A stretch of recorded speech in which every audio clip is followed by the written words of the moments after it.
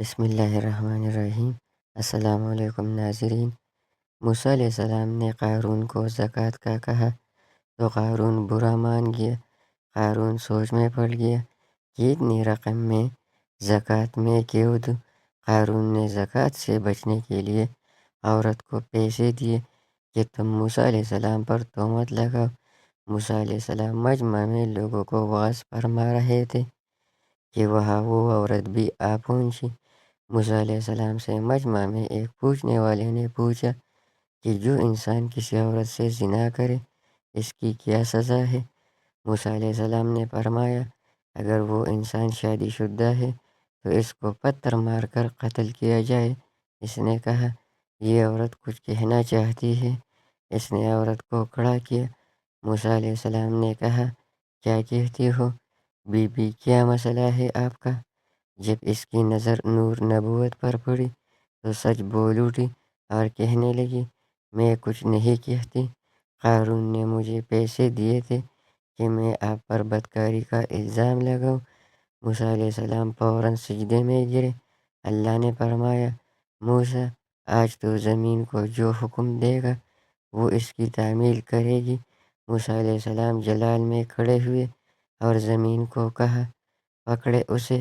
جب زمین نے ایک دم قارون کو کھینچا اور پیروں تک زمین میں چلا گیا تو قارون نے کہا اے موسیٰ مجھے معاف کر دو۔ موسیٰ علیہ السلام نے کہا اس کو اور پکڑو۔ زمین نے اس کو مزید کھینچا اور پیڑ تک چلا گیا۔ قارون نے چیخ کر کہا موسیٰ مجھے معاف کر دو۔ قارون کہتا رہا معاف کر دو، معاف کر دو۔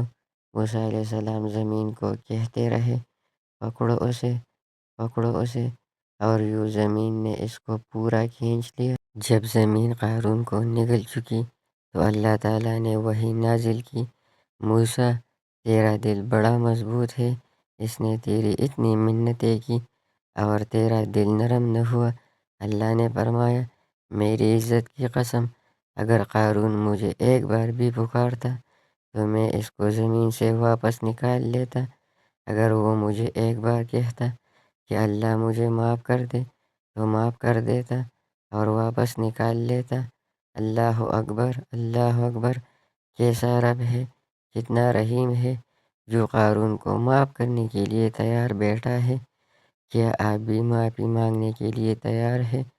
پھر ہم تو اس کے محبوب صلی اللہ علیہ وسلم کے امتی ہیں۔ بس اس کی رحمت بہانے مانگتی ہے، اس کی رحمت آپ کے انتظار میں بیٹھی ہے۔ جب اٹھ کر اس کے سامنے جائیں گے وہ آپ کو کبھی مایوس نہیں کرے گا۔